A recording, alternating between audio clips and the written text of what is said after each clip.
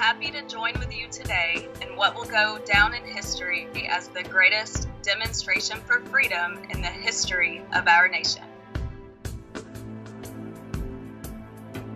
50 years ago, a great American, in whose symbolic shadow we stand today, signed the Emancipation Proclamation.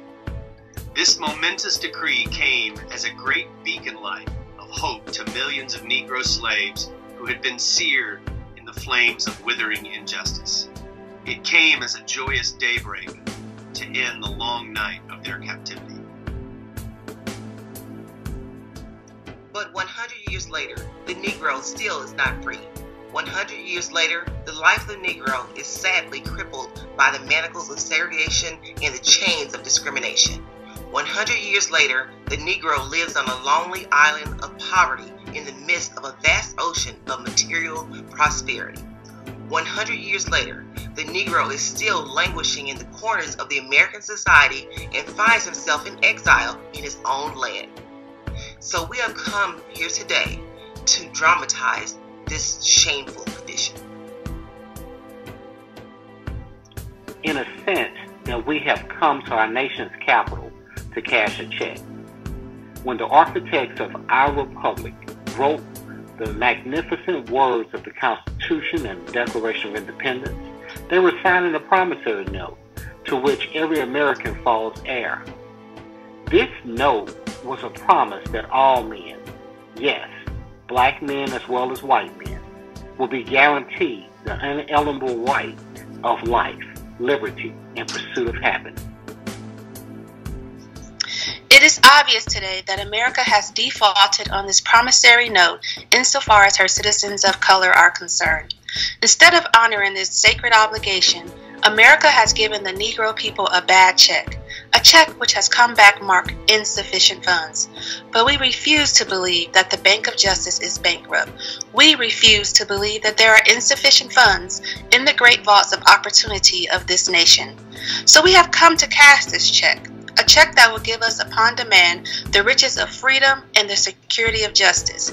We have also come to this hallowed spot to remind America of the fierce urgency of now.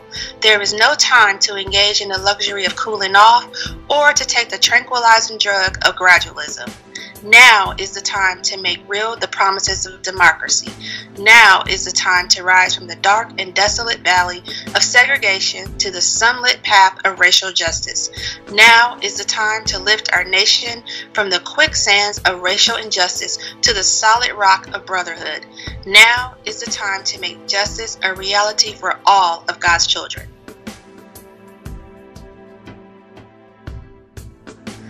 It would be fatal for the nation to overlook the urgency of the moment. The sweltering summer of the Negro's legitimate discontent will not pass until there is an invigorating autumn of freedom and equality.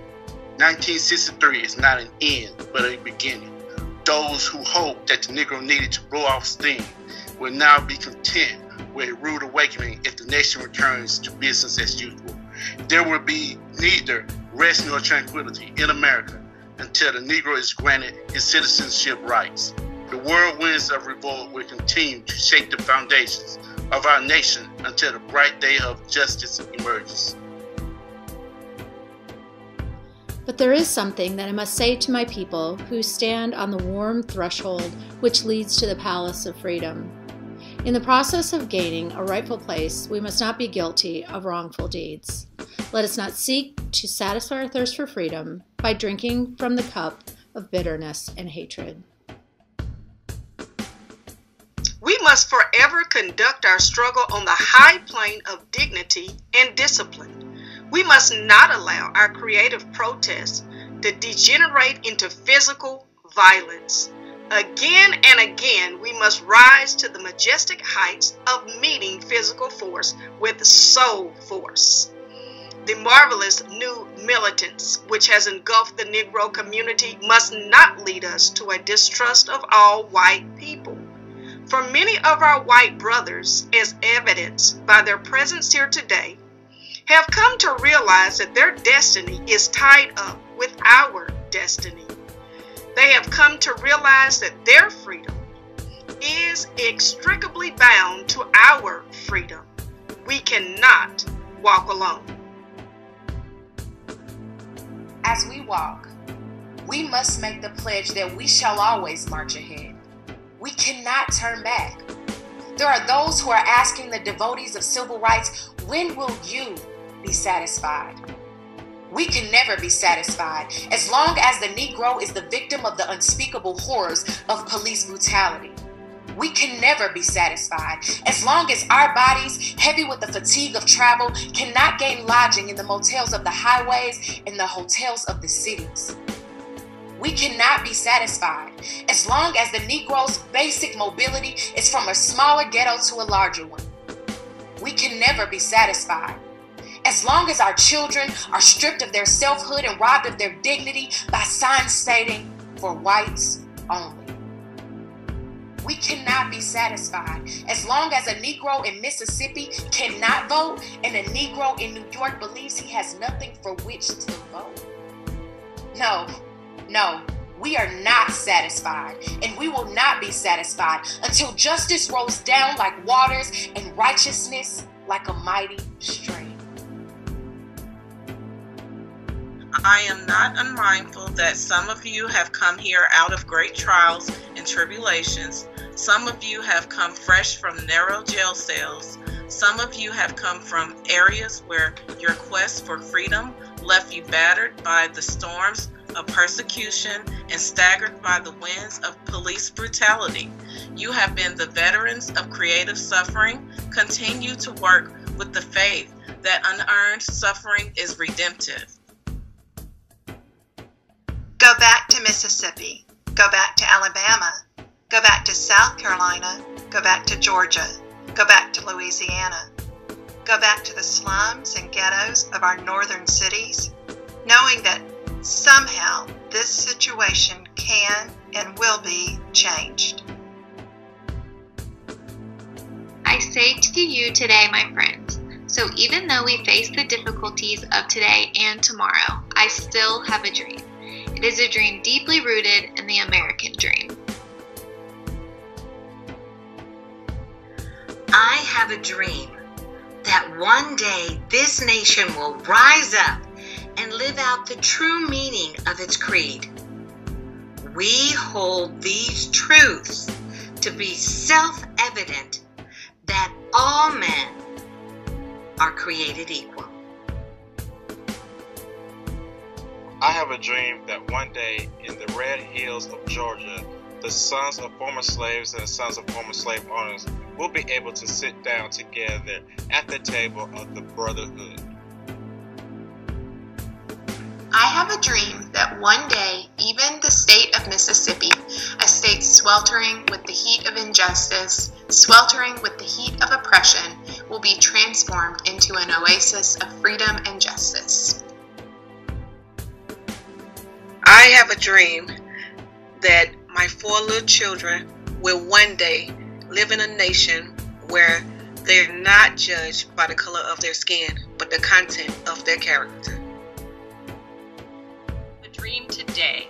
I have a dream that one day, down in Alabama, with its vicious racists, with its governor having his lips dripping with the words of interposition and nullification, one day, right here in Alabama, little black boys and black girls will be able to join hands with little white boys and white girls as sisters and brothers. I have a dream today. I have a dream that one day every valley shall be exalted, every hill and mountain shall be made low. The rough places will be made plain, and the crooked places will be made straight. And the glory of the Lord shall be revealed, and all flesh shall see it together. With this faith, we will be able to transform the jangling discords of our nation into a beautiful symphony of brotherhood. With this faith, we will be able to work together, to pray together, to struggle together, to go to jail together, to stand up for freedom together, knowing that we will be free one day. This will be the day when all of God's children will be able to sing with a new meaning. My country, 'tis of thee, sweet land of liberty.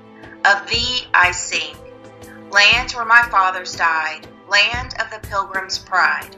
From every mountainside, let freedom ring. America is to be a great nation. This must become true. So let freedom ring from the prodigious hilltops of New Hampshire. Let freedom ring from the mighty mountains of New York. Let freedom ring from the heightening Alleghenies of Pennsylvania. Let freedom ring from the snow-capped Rockies of Colorado. Let freedom ring from the curvaceous slopes of California. But not only that, let freedom ring from the Stone Mountain of Georgia. Let freedom ring from the Lookout Mountain of Tennessee. Let freedom ring from every hill and mole-hole of Mississippi. From every mountainside, let freedom ring.